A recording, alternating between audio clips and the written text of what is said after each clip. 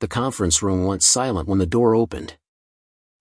Chen had seen many things walk through that door over his 15 years at Apex Industries, but he never expected to see the man who'd been sleeping with his wife stride in wearing a visitor's badge and a smirk that said he owned the world. The stranger's confidence filled the space like cheap cologne, the kind that announces itself before you see who's wearing it. Marcus knew that scent. He'd smelled it on Rebecca's scarves, caught traces of it on the passenger seat of her sedan, breathed it in during those quiet moments when his brain tried to tell him something his heart refused to hear. Now here it stood, attached to a man who clearly had no idea he'd just walked into the wrong room. Before we jump back in, tell us where you're tuning in from, and if this story touches you, make sure you're subscribed, because tomorrow, I've saved something extra special for you. Chen wasn't the type to make waves. At 42, he'd built his career on steady hands and careful decisions, the kind of leadership that didn't need to announce itself with corner offices or nameplates bigger than necessary. He drove a Toyota that was 3 years old but paid off. He mowed his lawn on Saturday mornings and waved to neighbors whose names he actually remembered. His wife Rebecca taught 3rd grade at Roosevelt Elementary, came home smelling like dry erase markers and graham crackers, and used to kiss him on the cheek while he made dinner. Used to. That was the phrase that had started creeping into his thoughts like water damage, slow and structural. They lived in a split-level ranch in Maplewood, New Jersey, the kind of town where people still put their trash cans back after pickup, and the high school football team made the local paper every Friday. 14 years of marriage had given them routines so comfortable they felt like furniture. Wednesday was pasta night. Sundays meant the farmer's market if the weather held. They had a photo wall in the hallway that documented beach trips and holiday parties, a visual timeline of 2 people who'd promised forever and mostly meant it. But somewhere in the last 8 months, Rebecca had started coming home later. Parent conferences that ran long. Curriculum planning meetings that stretched past dinner. Professional development workshops on weekends that used to be theirs. Marcus didn't question it at first because questioning felt like distrust, and distrust felt like admitting something neither of them had said out loud. He was a senior director at Apex Industries, overseeing 3 departments and 200 employees across the manufacturing division. His days were blueprints and production schedules, quality control meetings and budget reviews. He left before dawn and sometimes didn't see daylight until he walked to his car at 6. When Rebecca said she understood that her schedule was busy too, it felt like they were running parallel races on the same track, never quite in sync but heading in the same direction. That's what he told himself when he found the first receipt. It was tucked inside her gym bag, crumpled between a protein bar wrapper and a hair tie. Dinner at Marcello's, an Italian place downtown they'd never been to together. 2 entrees, a bottle of wine that cost more than their usual Friday takeout, a bill that suggested candlelight and cloth napkins. The date stamp said Thursday, a night Rebecca told him she was attending a district meeting about new literacy standards. Marcus held that receipt like evidence in a trial he didn't want to prosecute. He smoothed it flat on the kitchen counter and stared at the numbers until they blurred. There were explanations. Colleagues went out after meetings. Teachers celebrated end-of-quarter milestones. He could ask her about it and probably get a perfectly reasonable answer that would make him feel small for doubting. He didn't ask. Instead, he filed the information away in a mental folder he'd been building without permission from his conscious mind. Late nights that smelled wrong. New attention to her appearance, not for him but for the mirror. The way her phone had migrated from the kitchen counter to her purse, from her purse to her pocket, from her pocket to places he couldn't see. She changed her passcode. That was the detail that made the folder too heavy to ignore. 14 years and they'd always known each other's codes, not because they checked but because trust didn't need locks. When her phone started requiring Face ID and she angled it away from him when notifications lit the screen, Marcus felt something shift in his chest, a foundation crack that happens before the house shows damage. He started noticing patterns the way an engineer notices stress points. Rebecca hummed in the shower now, songs he didn't recognize. She bought new underwear, the kind that came in tissue paper from stores they couldn't afford on a teacher's salary. Her laugh had changed pitch, gone lighter somehow, like she was practicing a version of herself for an audience of one. Marcus would sit at the kitchen table with his laptop open, pretending to review production reports while really watching her move through their home like a guest who knew all the shortcuts. She'd glance at her phone and smile at something he wasn't part of. She'd pour wine and take it upstairs, closing the bedroom door with a soft click that said privacy mattered more than partnership. The nights were the worst. They used to tangle together and sleep, her head on his shoulder, his arm going numb but never moving because comfort mattered more than circulation. Now she faced the wall. Her phone sat on the nightstand glowing with silent notifications, each vibration a small earthquake in the dark. Marcus would lie there counting them. One at 10:47. Another at 11:32. A cluster around midnight like fireworks he couldn't see. He thought about reaching over, about asking who needed her attention at hours when the world should be asleep, but the question felt like opening a door to a room he didn't want to enter. So he counted vibrations instead and tried to remember when her goodnight kiss had become a routine she forgot more often than she kept. Work became his refuge in ways it never had been before. At Apex Industries, Marcus knew exactly where he stood. He reported to Catherine Wells, the vice president of operations, a woman who ran her division like a ship captain in calm seas, firm but fair, with no patience for drama and even less for incompetence. Above Catherine sat the C-suite executives, people Marcus saw in quarterly meetings and company-wide emails but rarely interacted with beyond professional courtesies. He liked the clear hierarchy, the way performance reviews actually measured performance, the fact that showing up and doing excellent work mattered more than politics. His teams respected him because he respected them. He remembered birthdays, approved time off without guilt trips, and solved problems instead of creating them. The manufacturing division occupied the east wing of the Apex campus, a sprawling complex in Edison that looked more like a college than a factory. Glass and steel, landscaped walking paths, a cafeteria that served food people actually wanted to eat. Marcus had his own office, nothing fancy but sufficient, with a window that looked out over the shipping bay where trucks came and went like clockwork. He kept a photo of Rebecca on his desk, one from their honeymoon in Cape Cod where her smile reached her eyes and the future felt uncomplicated. Lately, he'd been turning that frame face down when he needed to concentrate, and the symbolism wasn't lost on him. His assistant Karen had worked with him for 6 years and could read his moods better than most people could read instructions.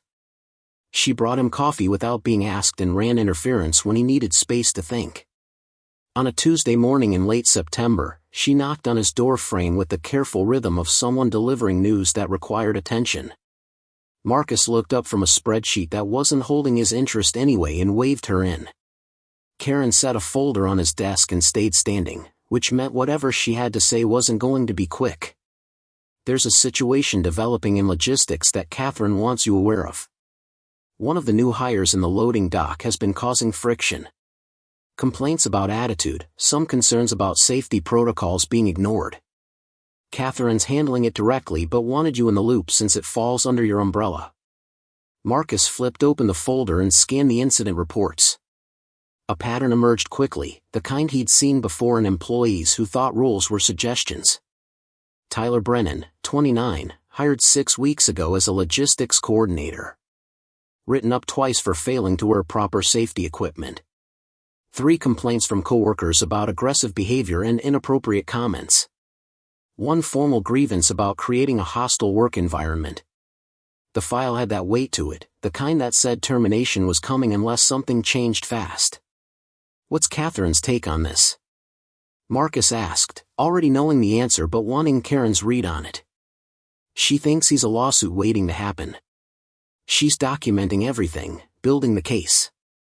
Probably another week before HR pulls the trigger." Marcus nodded and closed the folder.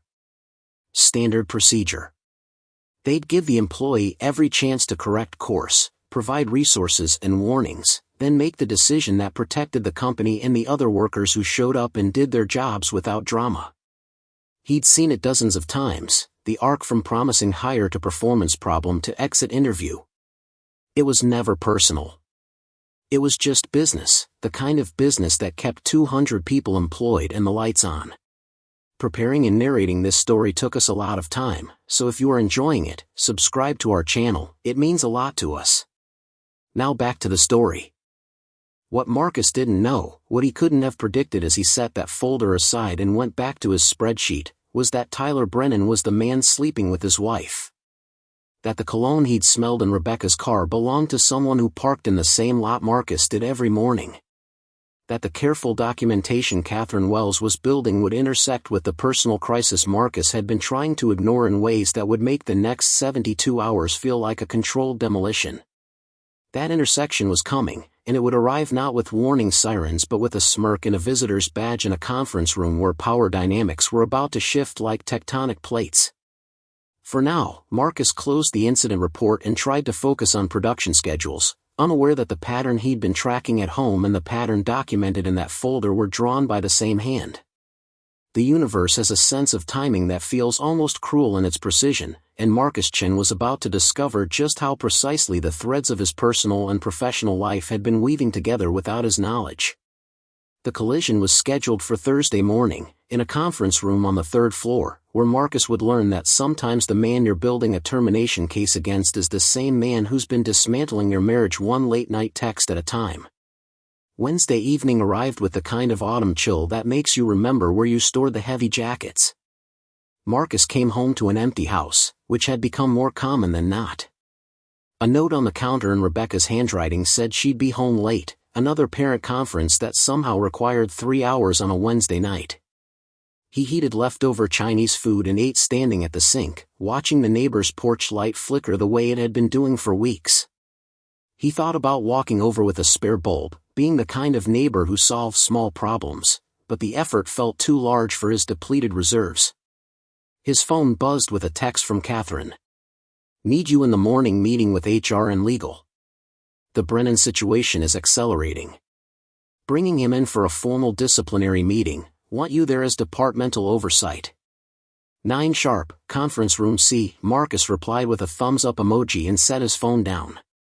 Another termination in progress, another employee who'd been given chances and warnings and still couldn't figure out that employment was a two-way street. He'd sit in, let Catherine and HR handle the heavy lifting, sign the paperwork that needed signing, and move on to the next item on his endless task list. It was routine. It was boring. It was exactly the kind of professional problem that had clear solutions and documented procedures. He showered and climbed into bed while Rebecca was still out, the house settling around him with creaks and sighs that felt like commentary. His phone sat on his nightstand, face up for once, because he'd stopped caring if Rebecca saw his screen. There was nothing to hide on his end, just work emails and group chats with college friends who still pretended they'd get together for a guy's weekend that never materialized. He thought about texting Rebecca, asking when she'd be home, but the question felt like nagging and nagging felt like admitting defeat. So he turned off the light and stared at the ceiling, counting the minutes until he heard her car in the driveway. She came home at 10:43. He knew because he'd been watching the clock like it owed him money.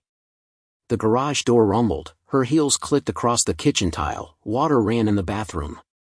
She slipped into bed smelling like wine and something else, that cologne that had become as familiar as it was unwelcome. She didn't kiss him goodnight. She didn't say his name.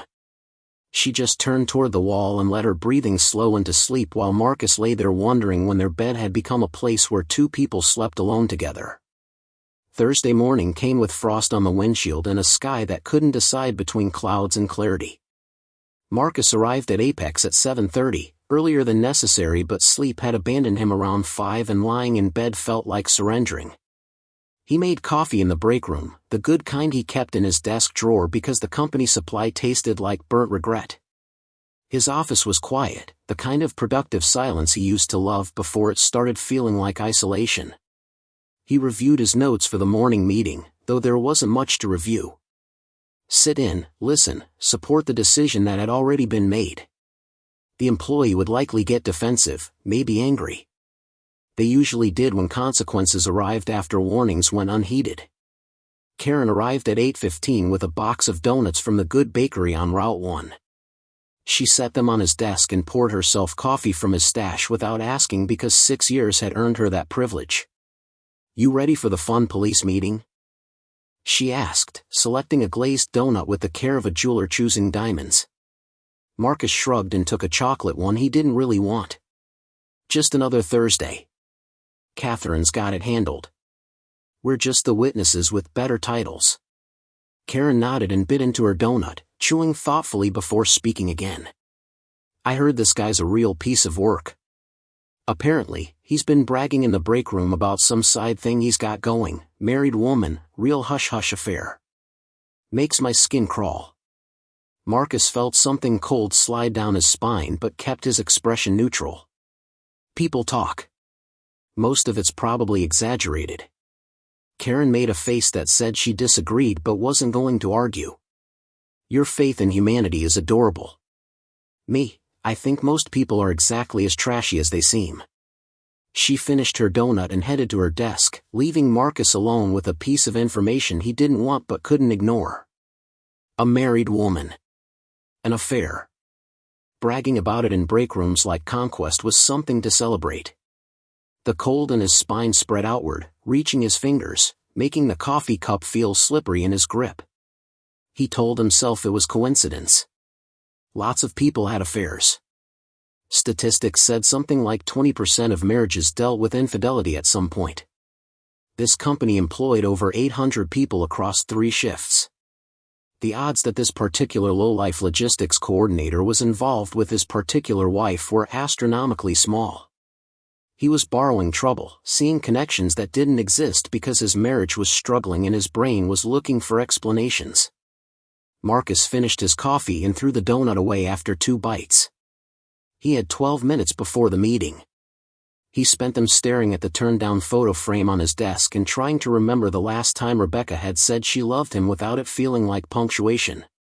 Conference room C sat at the end of the third-floor hallway, a glass-walled space with a long table and uncomfortable chairs that discouraged meetings from running long.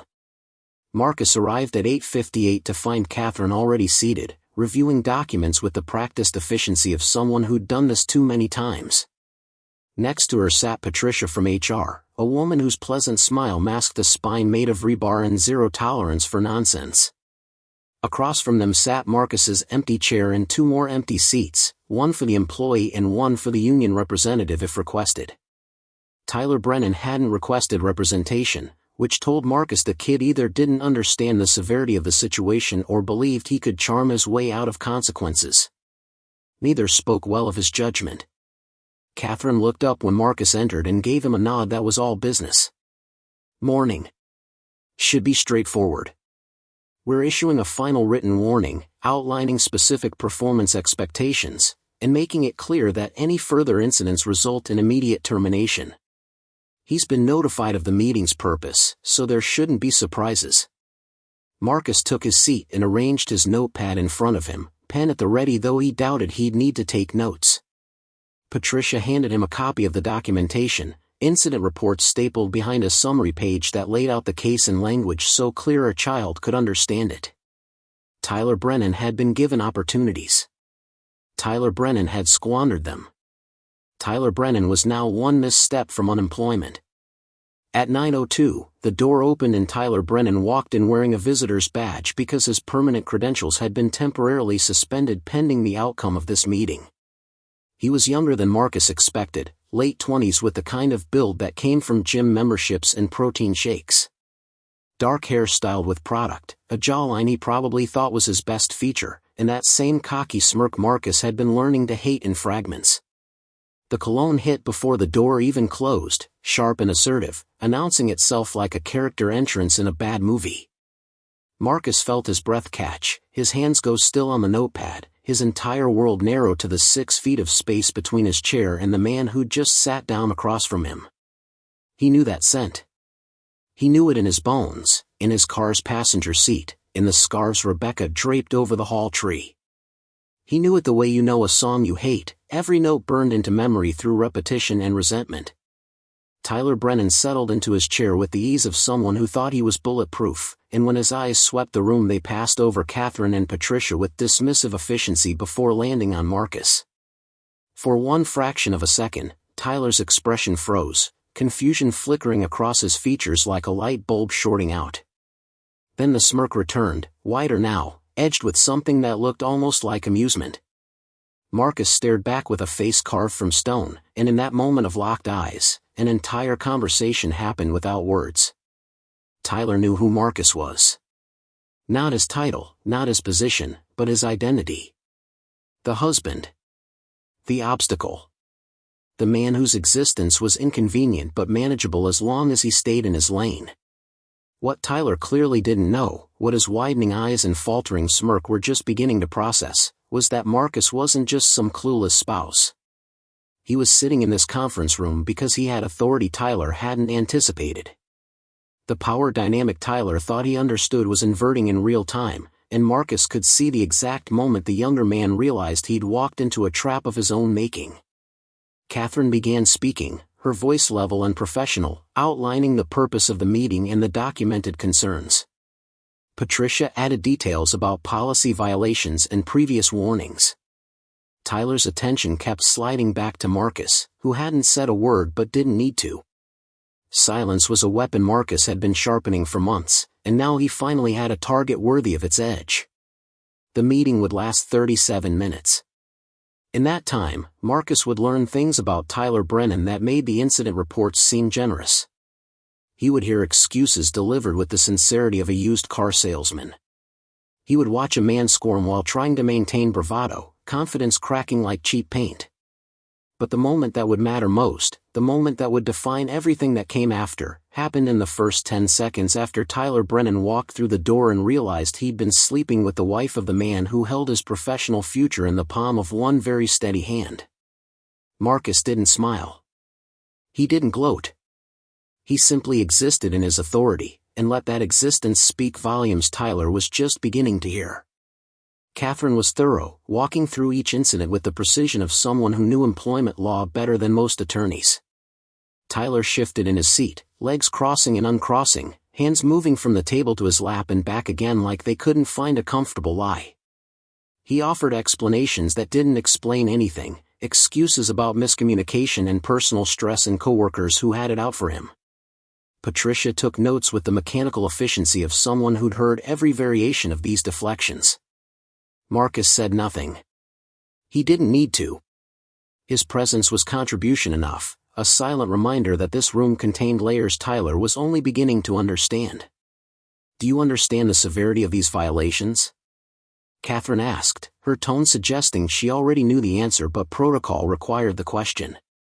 Tyler nodded, too quickly, like a student who hadn't studied trying to convince the teacher he'd read the chapter. "I get it. I do. It's just been a rough patch. Personal stuff, you know how it is." His eyes flicked to Marcus on the word personal, testing whether that would land. Marcus's expression didn't change. He simply maintained eye contact, steady and unblinking, until Tyler looked away first. That small victory felt enormous, a shift in gravity that everyone in the room could feel even if only Marcus and Tyler understood why. Patricia leaned forward, clasping her hands on the table in the universal gesture of HR about to deliver bad news dressed as opportunity. "Mr. Brennan, we want to be clear. This is your final warning. Any further incidents of any nature, safety violations, interpersonal conflicts, policy breaches, will result in immediate termination. No additional warnings. No appeals process beyond what's outlined in your employee handbook. This is the line. Do you understand?"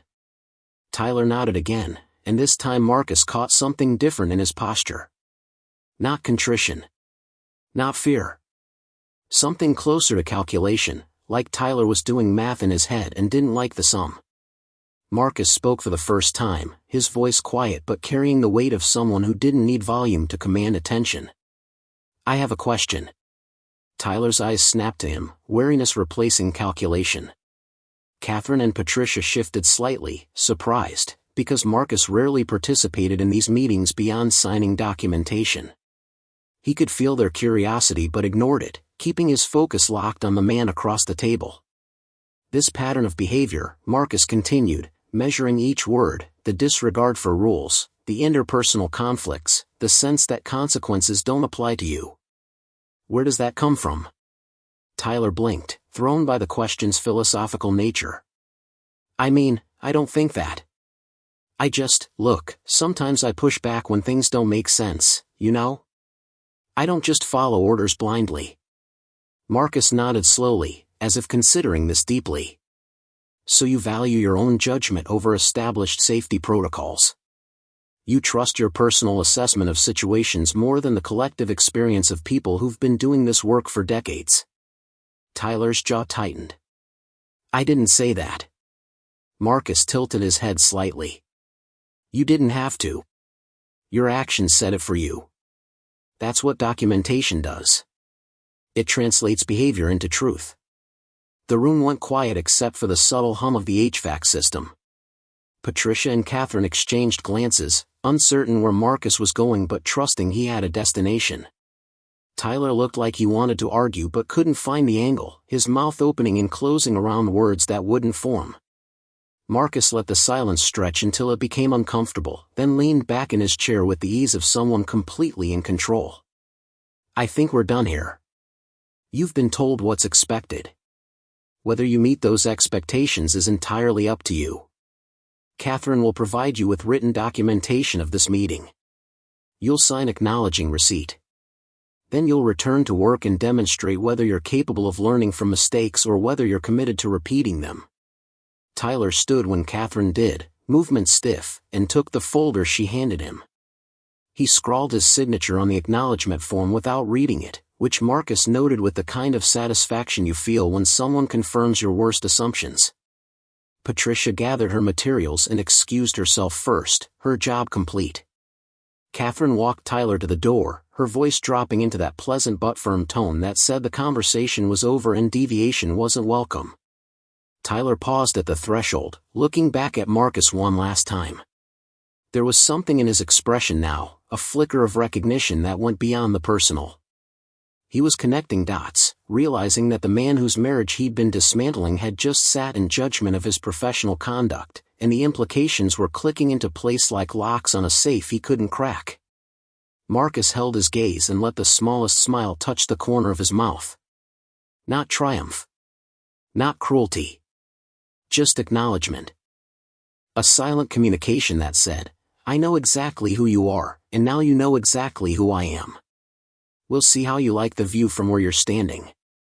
Tyler left without another word, and Catherine closed the door behind him with a soft click that sounded, to Marcus's ears, like the hammer of a gun being cocked. Catherine returned to her seat and studied Marcus with the kind of attention that missed nothing. That was interesting. You don't usually engage like that in these meetings. Marcus gathered his notepad, keeping his movements casual. Sometimes you meet someone who needs to understand that actions have audiences. Catherine nodded slowly, still watching him with that sharp intelligence that had made her an exceptional VP. Is there something about this situation I should know? Marcus met her eyes and made a decision in the span of a heartbeat. Not yet. But there might be.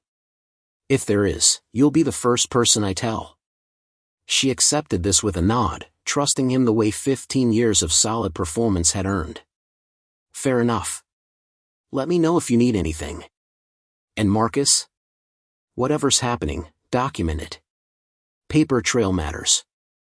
Marcus left the conference room and walked back to his office on legs that felt steadier than they had any right to.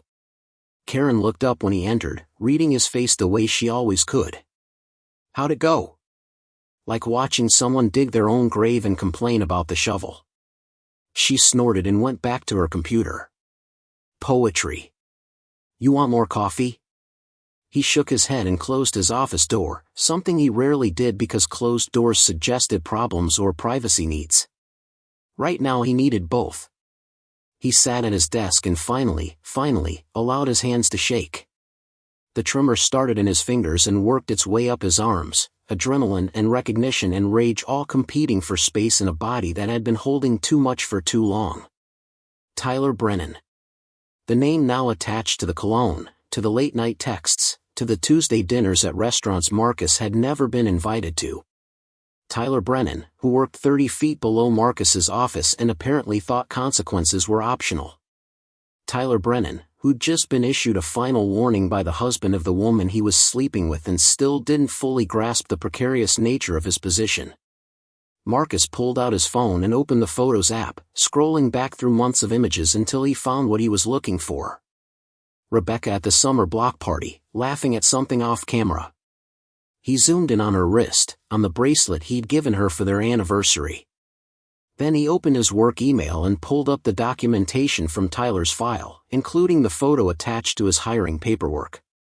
There was Tyler at some restaurant Marcus didn't recognize, a casual shot probably from social media that HR had pulled for the file. Marcus zoomed in on the background, on the blurred figure sitting across from Tyler, on the wrist visible at the edge of the frame. The same bracelet. The same delicate silver chain with the tiny sapphire charm. The evidence had been there all along, scattered across databases and photo rolls and receipers tucked in gym bags. Marcus had just been looking at it in pieces, never assembling the full picture because his brain had been protecting him from information that would require decisions he wasn't ready to make. Now the protection was gone. The picture was complete. And Marcus Chen, Senior Director of Manufacturing Operations at Apex Industries, had to decide what to do with the knowledge that his wife's lover was his subordinate, his responsibility, and currently one policy violation away from termination. He sat in his office until the shaking stopped, until his breathing evened out, until the rage crystallized into something colder and infinitely more useful. Then he opened his desk drawer and pulled out a legal pad, the kind with yellow paper and narrow lines. At the top he wrote 3 words, "Document everything now." Below that, he began listing dates and times, receipts and cologne bottles, late-night vibrations and Wednesday parent conferences.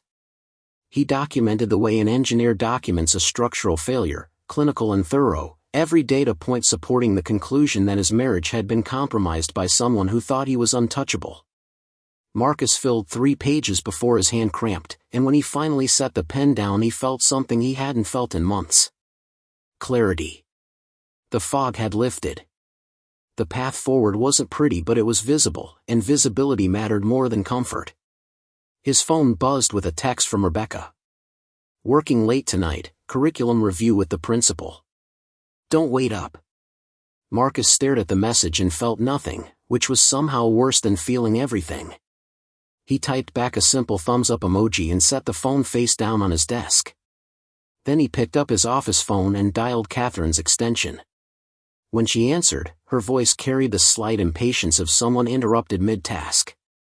"Catherine Wells." Marcus kept his voice level, professional, empty of the emotion churning behind his sternum. "It's Marcus. About that situation we discussed this morning. I think we need to monitor it more closely than standard protocol. Can you have security pull the badge access logs for Tyler Brennan, last 90 days? I want to see his movement patterns, when he's coming and going, any access to areas outside his normal workspace." There was a pause, the sound of Catherine's chair creaking as she leaned back. "That's pretty detailed oversight for a standard disciplinary case. Is there something specific you're concerned about?" Marcus chose his words with the care of someone defusing a bomb. "Call it intuition. Something about his behavior in that meeting, the way he processed information. I think he's a bigger risk than his file suggests, and I want to be ahead of it when he makes his next mistake. Not if. When." Catherine made a thoughtful sound that suggested she was reading between lines Marcus hadn't fully drawn. "I'll have security send you the logs by end of day. Anything else?" A wellness check on Marcus. That's what her tone really asked. He heard it clearly as if she'd spoken the subtext out loud. "I'm good. Just being thorough." She let him keep the lie, which was kindness dressed as professionalism. "Thorough is why you're good at this job. Let me know what you find." Marcus hung up and added another note to his legal pad, "Badge logs will show pattern. Rebecca's late nights will match his late nights. Proof beyond cologne and receipts." The documentation was building itself now, pieces clicking together with the inevitability of a machine doing what it was designed to do. By 5 o'clock Marcus had a file folder that mirrored the one HR kept on Tyler Brennan, except this one documented a different kind of violation. By 5:30 the security logs had arrived in his email, and Marcus spent 20 minutes cross-referencing timestamps with his own calendar, with Rebecca's text messages about working late, with the breadcrumb trail of a marriage falling apart one late-night badge swipe at a time. The correlations were damning. Every Thursday for the past 2 months, Tyler's badge showed him leaving the building at 6:45, nearly 2 hours after his shift ended. Every Thursday, Rebecca texted Marcus about curriculum meetings running long. 3 Tuesdays showed Tyler with evening building access, badge swipes at 7:15 when the office was nearly empty. Those same Tuesdays, Rebecca had parent conferences that somehow lasted until 9. The data painted a picture clearer than any photograph, a timeline of deception that would hold up in any court that cared about facts. Marcus exported the logs, saved them to a secure folder, and backed them up to his personal cloud storage because evidence this valuable deserved redundancy. He drove home through rush hour traffic that felt like a metaphor, everyone stuck in their lanes going nowhere slowly. The house was dark when he arrived, which meant Rebecca wasn't home despite her texts saying she'd be working at school, not going anywhere after. Marcus let himself in and stood in the entryway, looking at the photo wall that documented a marriage in carefully curated moments. Beach sunsets and holiday smiles, anniversary dinners and weekend hikes. Every photo a lie or a truth that expired, he couldn't tell which anymore. He pulled out his phone and took pictures of the pictures, documenting the documentation, creating a record of what they'd pretended to be before reality crashed through. Then he walked upstairs to their bedroom and opened Rebecca's nightstand drawer, the one she thought was private because respecting boundaries had always mattered to him. Inside he found what he expected and somehow still hoped wouldn't be there. A second phone, older model, probably bought at some big box store with cash. He powered it on and watched months of messages load, a conversation between his wife and Tyler Brennan that read like a script for betrayal. Pet names and promises, logistics and lies, the casual intimacy of two people building something on the foundation of someone else's trust. Marcus didn't read every message. He didn't need to. The existence was evidence enough. He used his phone to photograph the screen, capturing message threads and timestamps, building his case with the methodical patience of someone who understood that rage without proof was just noise. When he was done, he powered down the burner phone and returned it to exactly where he found it, drawer closed, secrets back in their hiding place. Then he sat on the edge of the bed he'd shared with Rebecca for 14 years and let himself feel the full weight of knowing. It pressed on his chest like water, heavy and cold, drowning him in certainty he couldn't unknow. His marriage was over. It had been over for months. He'd just been too decent, too trusting, too committed to the idea of forever to see the body decomposing in front of him. The front door opened downstairs. Rebecca's voice called out a greeting that sounded like habit. Marcus took a breath, stood up, and went down to meet her with a face that gave nothing away. She was in the kitchen, pulling leftovers from the fridge, still in her work clothes but with makeup refreshed and hair styled with more care than a curriculum meeting required. She smiled at him, the same smile from the photos on the wall, and asked how his day was. "Fine," Marcus said, watching her performance. "Busy. Lots of meetings. How was curriculum review?" She launched into a story about reading standards and assessment metrics, details that might have been true or might have been fabricated. Marcus couldn't tell anymore and didn't care. He nodded in the right places, made appropriate sounds, played the role of husband who believed his wife. Inside, he was calculating. Tyler Brennan was one mistake away from termination. Rebecca was one confrontation away from divorce. The question wasn't whether these things would happen but when, and in what order, and with how much collateral damage.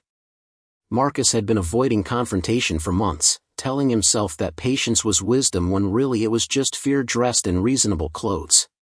But sitting in that conference room, staring at the man who'd been dismantling his life while bragging about it in break rooms, something had crystallized. Fear wasn't protecting him. It was just giving other people time to hurt him more efficiently. Marcus woke Friday morning to an empty bed and the sound of the shower running behind a closed bathroom door. He'd slept in fragments, consciousness surfacing every hour like a buoy in rough water, never quite finding the depths of real rest. His mind had spent the night assembling and reassembling the pieces, running scenarios like a computer testing code for breaks. By the time gray light filtered through the curtains, he'd made decisions that felt less like choices and more like inevitabilities, dominoes he'd arrange and then step back to watch fall in their predetermined pattern. Rebecca emerged from the bathroom wrapped in a towel, hair wet and smelling like the expensive shampoo she'd started buying 3 months ago. She moved through the bedroom with the practiced efficiency of someone running late, which seemed to be her perpetual state lately. Marcus watched from the bed, propped on one elbow, memorizing details he'd stopped noticing somewhere along the way. The small scar on her shoulder from a childhood bike accident. The way she tilted her head when fastening an earring. The unconscious grace of someone comfortable in her own skin, even when that skin was lying to the person sharing her space. "Big day," she said, pulling a dress from the closet that was new, or at least new to his observation. "District observation in the afternoon, so I'll probably be late again." She didn't look at him when she said it, too focused on the mirror, on adjusting her collar, on the performance of a busy professional whose schedule just happened to never align with her husband's anymore. Marcus made a sound that could have been acknowledgement or agreement, non-committal and unremarkable. He'd become fluent in the language of non-reaction, a dialect spoken by men who've learned that questioning creates conflict and conflict requires energy he was saving for something bigger. After Rebecca left, the house settling into its empty day silence, Marcus got up and made coffee with the deliberate calm of someone preparing for surgery. He showered and dressed in one of his better suits, navy with a subtle pinstripe, the kind of armor professionals wear when they need to feel composed from the outside in. He took extra time with his tie, getting the dimple just right, polishing shoes that didn't need it, performing small rituals that said today mattered. He wasn't going to work to process invoices or review production schedules. He was going to set events in motion that would reshape multiple lives, and that required showing up as the best version of the man he'd been building his entire career. The drive to Apex felt different, hyper-focused in the way mornings feel when you know something significant waits at the end of the commute. Marcus caught himself checking his mirrors more than necessary, adjusting his grip on the wheel, breathing with conscious intention like an athlete before a big game. He parked in his usual spot, grabbed his briefcase, and walked into the building with the stride of someone who belonged there, because he did. 15 years of showing up, performing excellently, building respect brick by brick meant he'd earned whatever came next. Karen was already at her desk when he arrived, earlier than usual, which meant she'd sensed something in the air. People who work closely together develop that intuition, the ability to read moods and posture in silence. She looked up when Marcus entered, coffee cup paused halfway to her mouth, and her eyes did a quick scan of his face that was pure assessment. "You look like a man with a plan." Marcus set his briefcase down and hung his jacket on the coat rack with more care than necessary. "More like a man who's done waiting for other people's plans to finish breaking things." Karen set her coffee down slowly, giving him her full attention in the way she reserved for moments that mattered. "Everything okay?" The question carried weight beyond its 3 syllables. Marcus appreciated that she asked directly instead of dancing around whatever she was sensing. He trusted Karen with professional confidences because she'd never given him reason not to, and right now he needed someone on his side who understood the landscape. "Things are complicated," he said, choosing words carefully. "Personal complications intersecting with professional responsibilities in ways I'm still figuring out how to navigate. But I'm handling it." She nodded, accepting this without pushing for details he wasn't ready to share. "You need anything from me, you just say the word. Coffee, character witness, alibi, I'm versatile." Despite everything, Marcus smiled. "Noted. For now, just keep things running smooth out here while I handle some things behind closed doors." Karen saluted with her coffee cup and turned back to her computer, giving him the gift of normalcy when the world felt like it was tilting. Marcus entered his office and closed the door, then stood at the window overlooking the shipping bay.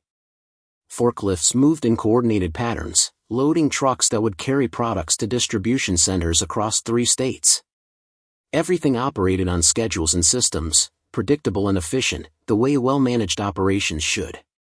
He wished his personal life had similar frameworks, clear expectations, and documented consequences for when things went wrong. His computer chimed with an incoming email. Catherine Wells, subject line reading simply badge log analysis. Marcus opened it to find a detailed breakdown that Catherine had clearly spent time compiling, going beyond what he'd requested. She'd color-coded the anomalies, highlighted patterns, and added notes that showed she understood he was looking for something specific even if he hadn't spelled it out. Tyler Brennan's after-hours access was mapped across 3 months, and the pattern was unmistakable. Every Thursday evening. Alternating Tuesdays. The occasional Monday that Marcus now remembered corresponded to a night Rebecca said she was attending a yoga class she'd suddenly developed interest in. Catherine's email ended with a single line that carried the weight of unspoken understanding. Whatever you're building a case for, this should help. Let me know when you want to talk about next steps.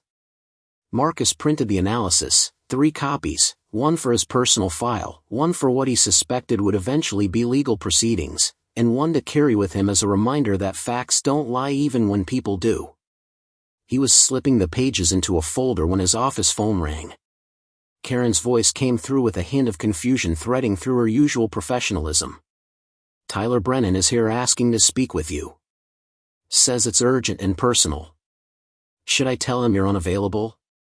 Marcus felt something shift in his chest, anticipation mixed with curiosity and beneath it all a cold satisfaction that Tyler was nervous enough to seek him out. Send him in. Give me 2 minutes then bring him back. Marcus used those 2 minutes to center himself, arranging his desk so the badge analysis sat prominently visible, a casual reminder of information possessed. He remained seated when Karen showed Tyler in, a power move so subtle most people wouldn't register it consciously but would feel it in their bones. Karen closed the door behind Tyler and Marcus gestured to the chair across from his desk without warmth or welcome. You wanted to talk. Talk. Tyler stayed standing for a moment, uncertainty flickering across features that had worn cocky confidence so easily yesterday. Up close without the conference table between them, Marcus could see the younger man more clearly. Tired eyes that said sleep had been as elusive for him as it had been for Marcus. A jaw tight with tension that probably started the moment Tyler realized who he'd been sharing that conference room with. He was dressed for work, warehouse casual, but his visitor badge said he'd come in early, before his shift, which meant this conversation mattered enough to interrupt his routine. Look, Tyler started, then stopped, hands moving in aborted gestures that couldn't find their purpose. I think we should clear the air about something. Marcus leaned back in his chair, fingers steepled, expression neutral as fresh concrete. I wasn't aware there was anything between us that needed clearing. Tyler's laugh came out wrong, too sharp, edged with nerves he was trying to mask. Come on, man. Yesterday in that meeting, the way you looked at me. You know something. Marcus let the silence stretch like taffy, long and uncomfortable, before responding with a question instead of confirmation. What is it you think I know? Tyler shifted his weight, trapped between admission and denial, both paths leading somewhere he clearly didn't want to go. About me and Rebecca. Marcus felt the name land in his office like a grenade with the pin pulled, live and dangerous and impossible to ignore. He didn't flinch, didn't move, didn't give Tyler the satisfaction of reaction. He simply maintained eye contact and waited, because men who are nervous will fill silence with confession if you give them enough rope. Tyler continued, words coming faster now like he'd started down a hill and couldn't stop the momentum. I know this is messed up. I know. But it just happened, you know? We met at some work thing she was at, got talking, and it happened. Marcus absorbed this, the casual dismissal of 14 years of marriage reduced to it just happened, like infidelity was weather, random and unavoidable. The rage he'd been banking for days flared hot behind his sternum but he kept it leashed, controlled, useful instead of destructive. Tyler seemed to interpret Marcus's silence as permission to continue, or maybe he just needed to unload guilt that was getting heavy. She said things weren't good at home. That you two were basically roommates. I'm not trying to break up a marriage, I swear. If things were good, I wouldn't I wouldn't be in this situation. The rationalization was breathtaking in its self-centeredness, The way Tyler had rewritten the narrative to make himself almost a good guy, doing a lonely woman a favor, just happening to be available when her marriage was struggling. Marcus wondered if this was the story Tyler told himself or if he actually believed it, if humans were really this good at self-deception. When Marcus finally spoke, his voice was quiet, measured, each word selected for maximum precision. Let me make sure I understand your position. You're having an affair with my wife. You've come to my office to tell me about it. And you'd like me to, what exactly? Give you my blessing? Understand your perspective? Tyler's face went through several expressions in rapid succession, confusion to defensiveness to something that might have been belated awareness that this conversation wasn't going the direction he'd planned. I just thought, since we're going to be working in the same building, we should be straight with each other. Professional. Marcus felt a laugh building but suppressed it because laughing at this moment would break the careful control he was maintaining. Professional. That's an interesting word choice given the context. Tyler bristled, some of his earlier confidence trying to resurrect itself. Look, what happens outside of work is personal. You can't bring that into this building, into your professional decisions about me. And there it was, the real reason for this visit. Tyler wasn't here to confess or apologize or clear the air. He was here to draw lines, to separate church and state, to make sure Marcus understood that the affair and the employment were distinct territories that couldn't be allowed to influence each other. It was a preemptive strike dressed as honesty, an attempt to box Marcus into professional behavior that would protect Tyler from consequences. Marcus almost admired the strategy even as he prepared to dismantle it. You're right, Marcus said, watching Tyler's shoulders drop slightly with relief. What happens in my personal life has no bearing on my professional responsibilities. Just like what happens in your personal life has no bearing on how I evaluate your job performance. Tyler nodded eagerly, missing the trap being set. Exactly. So we keep things separate. Totally separate. Marcus leaned forward, forearms on his desk, and his voice dropped into a register that made people lean in to hear even though they weren't sure they wanted to. Here's what's going to happen. You're going to leave my office. You're going to go to work. You're going to do your job with 0 errors, 0 complaints, 0 violations of any policy in your employee handbook. Because your employment status has nothing to do with the fact that you're sleeping with my wife. Your employment status depends entirely on whether you can demonstrate basic competency and professionalism. Yesterday's final warning still stands. The next mistake you make, for any reason related to job performance, ends your time at this company. Tyler's face had gone pale, understanding finally catching up with his earlier bravado. You can't just watch me waiting for me to mess up. Marcus smiled, and it was not a kind expression. I won't have to watch. Your pattern speaks for itself. You don't follow rules you don't like. You think consequences are negotiable. You've demonstrated repeatedly that your judgment is questionable at best. Whether that's in your personal choices or professional conduct is irrelevant to me. I don't need to manufacture reasons to terminate you. You'll provide them yourself. It's just a matter of time. Tyler stood abruptly, chair scraping, anger finally overriding his attempt at diplomacy. This is harassment. I could go to HR, file a complaint. Marcus gestured to his phone, expression unchanged. Please do. Tell Patricia in HR that you're having an affair with your supervisor's spouse and you're concerned he might hold you accountable for your documented job performance issues. I'm sure that will go exactly how you imagine. Tyler's mouth opened and closed, searching for leverage he didn't have. The power dynamics he'd miscalculated were fully visible now, the architecture of his mistake laid bare. He worked in a building where Marcus had authority, reputation, and 15 years of goodwill. Tyler had 6 weeks of underperformance and a final warning in his file. The math wasn't complicated. Get out of my office, Marcus said quietly. Do your job or don't. But stop pretending you're entitled to consideration you haven't earned. Tyler left without another word, door closing with a soft click that somehow felt louder than a slam. Marcus sat in the silence that followed and waited for guilt or shame to show up. Neither did. What he felt was clarity, cold and sharp and useful. Tyler Brennan had walked into this office thinking he could manage the situation, control the narrative, establish ground rules that protected himself. Instead, he'd confirmed everything Marcus suspected and handed him ammunition in the process. Marcus pulled up his personal email on his phone and composed a message to himself, documenting the conversation while it was fresh.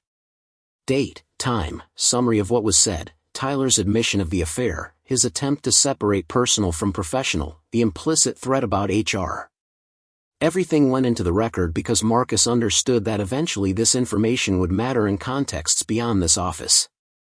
He was building a case the way engineers build structures, foundation first, load-bearing walls next, roof only after everything else could support the weight. The affair was documented. Tyler's job performance was documented. The intersection of the two was now documented. What remained was deciding how and when to act on the documentation. His phone buzzed with a text from Rebecca. "Thinking of you." Heart emoji. The casual cruelty of it struck him, the way she could send affection from one device while coordinating betrayal on another. Marcus stared at the message and felt the last threads of whatever had been holding him to the idea of saving this marriage finally snap. You couldn't save something this decomposed. You could only decide whether to bury it with dignity or let it rot in the open. He was done choosing rot. He typed back a simple heart emoji, giving nothing away, buying himself time to finish what he'd started. Karen knocked and entered with a fresh cup of coffee, setting it on his desk with the care of someone delivering medicine. Rough morning? Marcus took the coffee and let the warmth seep into his hands. Clarifying morning. There's a difference. She studied him with the frank assessment of someone who'd earned the right to worry. You look like a man who just made a decision he'll either celebrate or regret in 6 months. Marcus sipped the coffee and tasted the good beans, the ones Karen kept in her desk for days that required better than the break room could provide. Probably both. Most big decisions work that way. The rest of Friday unfolded with the surreal quality of a day where external normalcy masks internal revolution.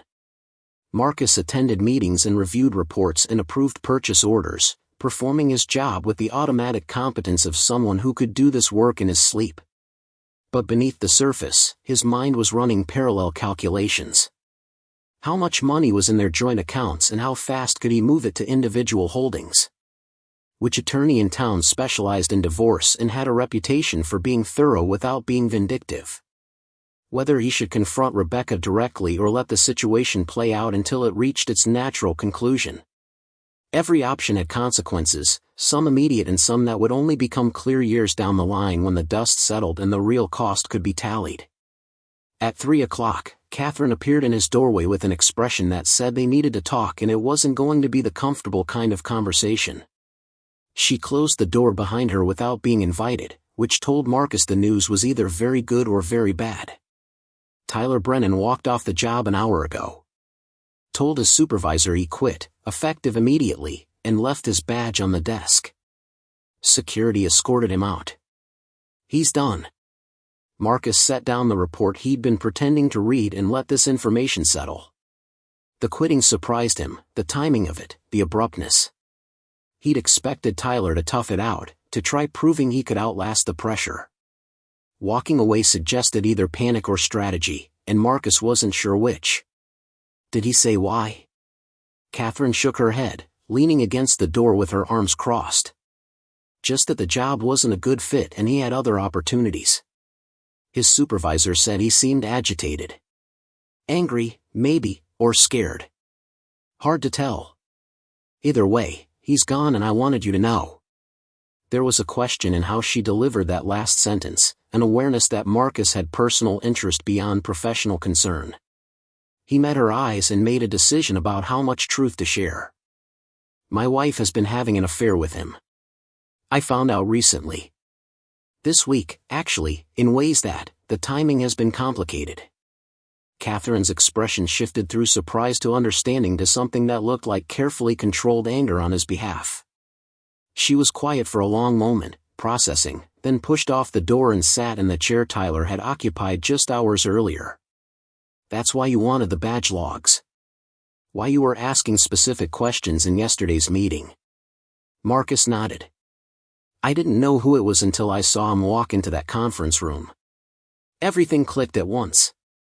Catherine exhaled slowly, the sound of someone recalibrating their understanding of a situation. I'm sorry. I don't have adequate words for how much that must have complicated your week. If I'd known, I would have handled yesterday differently. Marcus shook his head. You handled it exactly right. This is a job performance issue regardless of what he's doing in his personal time. I don't want special treatment or consideration. I want the same professional standards applied that would apply to any other employee. Catherine nodded, respect evident in how she was looking at him. That's why you're good at this. You separate what needs separating. But for what it's worth, him quitting might actually make things cleaner for you. One less complication to navigate. Marcus considered this, turning it over like a stone to examine all sides. Maybe. Or maybe he quit because he's panicking, and panicked people make unpredictable decisions. Either way, the professional problem solved itself. Now I just have the personal one to deal with. What are you going to do? Catherine asked, and there was no judgment in the question, just honest curiosity from someone who'd worked alongside him long enough to care about the answer. Marcus looked at his hands, at the pale line on his ring finger where gold used to sit, though he hadn't taken it off yet. I'm going to go home tonight and ask my wife to tell me the truth. Not because I need to hear it, I already know what the truth is. But because she needs to say it out loud, needs to stop performing the lie. And then I'm going to make decisions about what comes next. Catherine stood, smoothing her skirt in the universal gesture of women preparing to leave difficult moments. If you need time off, personal days, just say the word. And if you need a reference for a good attorney, I know people. Marcus smiled despite everything, grateful for practical support. I'll probably take you up on both. Catherine left and Marcus was alone with the knowledge that one variable in his complicated equation had just removed itself from the board. Tyler Brennan no longer worked at Apex Industries. Whatever relationship he had with Rebecca would now have to exist without the architecture of schedules and late nights at the office providing cover. Marcus wondered if the affair would survive that exposure, if what they'd built in shadows could sustain itself in daylight, and found he didn't particularly care about the answer. Whether Rebecca and Tyler stayed together or fell apart was their business. His business was extracting himself from the wreckage with as much dignity as circumstances allowed. He left work at 5:30, earlier than usual, but he didn't have the focus to pretend productivity. The drive home felt longer than normal, traffic conspiring to give him maximum time alone with his thoughts. He used the time to rehearse what he'd say, how he'd say it, running through scenarios and responses until the words felt smooth enough to deliver without breaking. By the time he pulled into the driveway, he'd settled on an approach. Simple questions. Direct confrontation. No room for deflection or performance. Either Rebecca would tell him the truth or she'd confirm through evasion that their marriage had progressed beyond the point where honesty mattered. The house was lit when he entered, warm and inviting in that way homes are when someone's made an effort. Music played softly from the kitchen, something acoustic and mellow. The smell of cooking garlic suggested Rebecca had come home early and prepared dinner, which hadn't happened in months. Marcus felt a twist of something bitter, the recognition that this domestic scene was performance, an attempt to smooth over cracks with normalcy. He set his briefcase down and followed the music to the kitchen where Rebecca stood at the stove, stirring something in a pan, hair pulled back in an apron protecting clothes she'd changed into after work. She turned when she heard him and smiled, the kind of smile that used to make him feel like coming home was the best part of his day. Hey, you. I got out early so I thought I'd make us a real dinner for once. Nothing fancy, just pasta and that chicken dish you like. Marcus leaned against the doorframe and studied her, this woman he'd been married to for 14 years who somehow looked like a stranger performing a role. That's nice. What's the occasion? Her smile faltered slightly, uncertainty creeping in at the edges. No occasion. Just felt like doing something normal. We haven't had a lot of normal lately. Marcus walked to the cabinet and pulled down a glass, filling it with water he didn't particularly want but needed something to do with his hands. "Rebecca, we need to talk." The sentence landed in the kitchen with the weight it always carries, those 5 words that never precede good news. Rebecca's hand stilled on the wooden spoon, her back still to him, and he could see her shoulders rise with an inhale she held too long before releasing. "Okay. About what?" Marcus set the glass down on the counter harder than necessary, the sharp sound making her turn to face him. "About Tyler Brennan. About why you have a second phone hidden in your nightstand. About the lies you've been telling me for months while I pretended not to notice."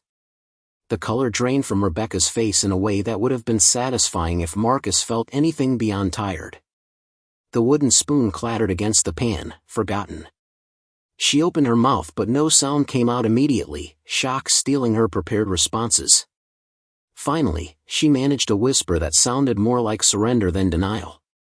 "How long have you known?"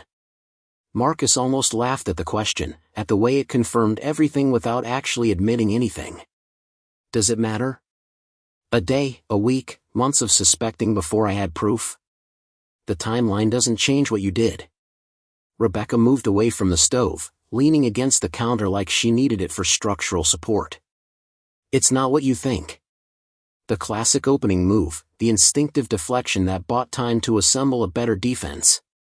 Marcus had heard this line in movies and television shows, had read it in books, and always wondered what people who said it actually thought it would accomplish.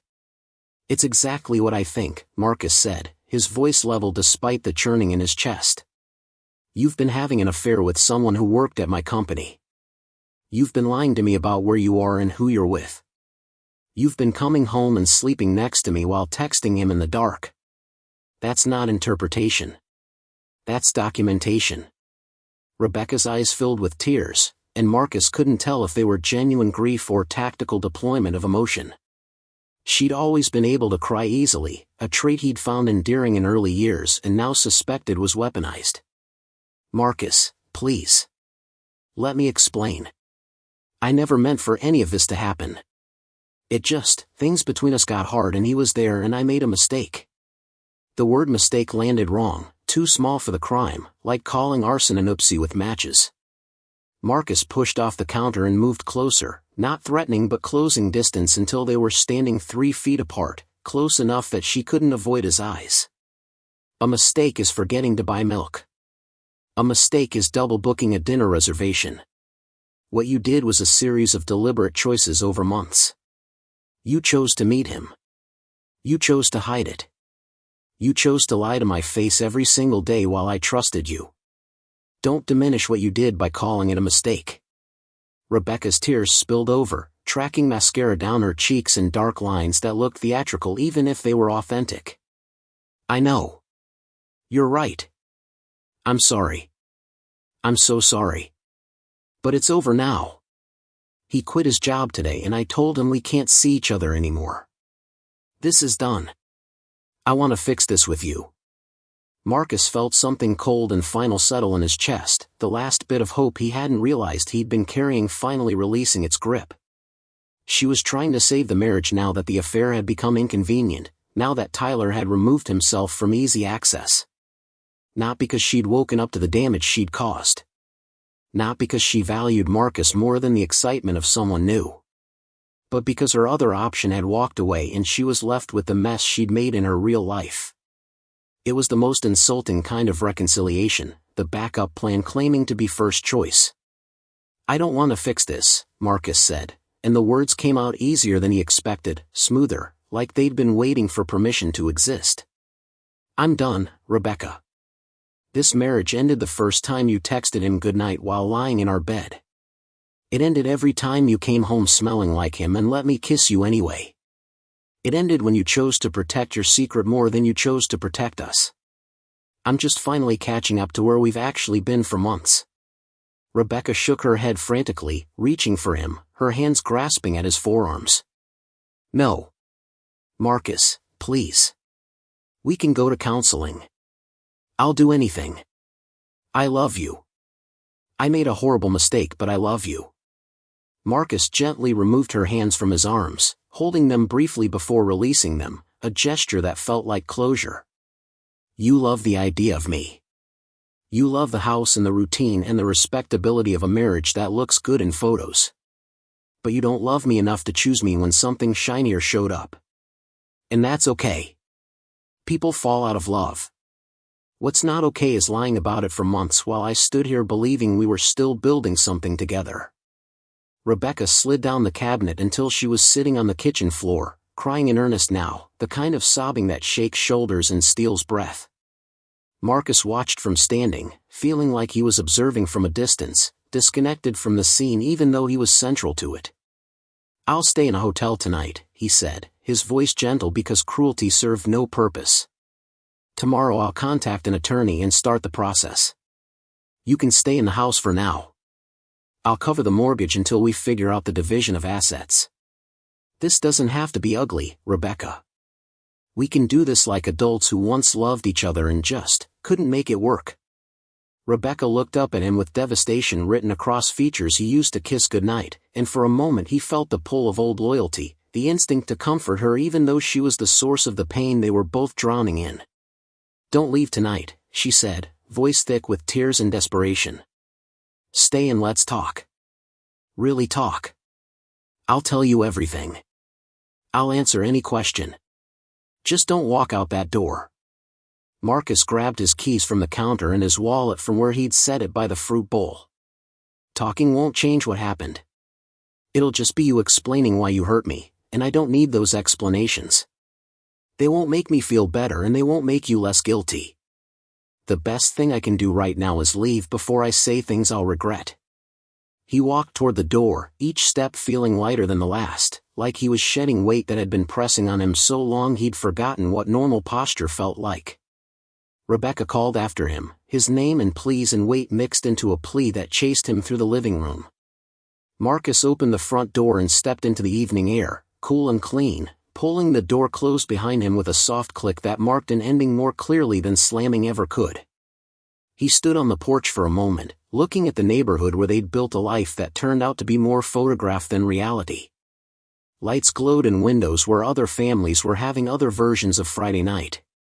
Some probably happy, some probably breaking in their own ways, all of them performing the complicated dance of existing alongside another person and hoping it added up to something sustainable.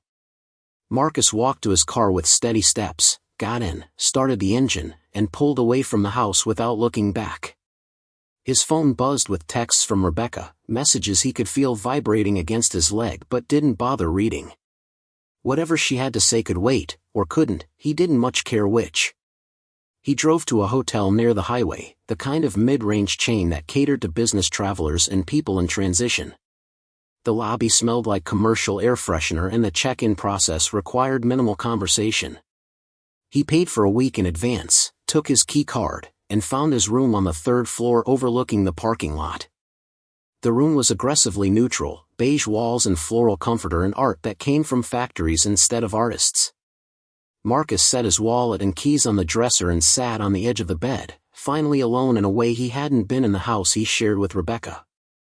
The silence was complete, no humming appliances or settling foundations, just the muffled sound of other lives happening in nearby rooms. He pulled out his phone and looked at the texts Rebecca had sent. Paragraphs of explanation and apology, promises of change and pleas for another chance. He read them once, felt nothing, and set the phone face down on the nightstand. Then he opened his laptop and searched for divorce attorneys in the area, reading reviews and credentials until he found one whose website suggested competence without aggression. He bookmarked the page and made a note to call Monday morning. It was that simple, really, when you finally committed to a direction. You found the right professional, you followed their guidance, you signed the papers they prepared. The emotional complexity was his to manage privately. The legal complexity just required money and patience. Marcus had both. He ordered takeout from a nearby restaurant, ate while watching television he didn't process, and took a shower that lasted until the hot water started to fade. When he finally got into bed, the sheets were hotel crisp and smelled like industrial detergent. He lay in the dark and waited for the weight of the day to translate into sleep. His mind churned through everything that had happened, from Tyler's morning visit to Rebecca's evening collapse, from Catherine's news about the resignation to his own decision to leave.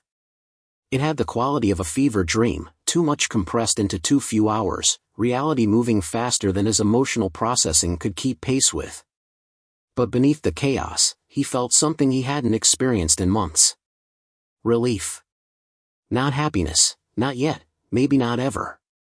But relief that pretending was over, that the performance had ended, that he could stop carrying the weight of a marriage that had died while he wasn't looking. His phone buzzed one more time, Rebecca's name lighting the screen. Marcus reached over and powered the phone completely off, silencing it for the night. Whatever she needed to say could wait until he was ready to hear it, and right now he wasn't ready for anything except sleep. He closed his eyes and listened to the sound of his own breathing in a room that belonged to no one, that would be exactly the same after he left it, that required nothing from him except payment and eventual departure. It felt right in a way home hadn't felt in longer than he wanted to calculate. Marcus slept through the night for the first time in months, dreamless and deep, and woke Saturday morning to sunlight filtered through cheap curtains and the clarity that comes from having finally made decisions that couldn't be unmade. Monday morning Marcus signed the divorce papers with steady hands. The attorney assured him everything was straightforward, no kids meant cleaner divisions. Rebecca called 17 times that week. He answered none. By Friday, the papers were served. She tried bargaining through her lawyer, but Marcus had documented everything, badge logs and photos and texts from the burner phone. The settlement came swift and fair, the house sold within months. Marcus kept his job, his reputation intact, while Tyler and Rebecca's affair crumbled under the weight of reality. A year later, Marcus stood in his new apartment, smaller but his, and felt something close to peace. He'd chosen himself, finally, and that choice rebuilt him stronger than any marriage ever had. Up next, you've got 2 more standout stories right on your screen. If this one hit the mark, you won't want to pass these up. Just click and check them out.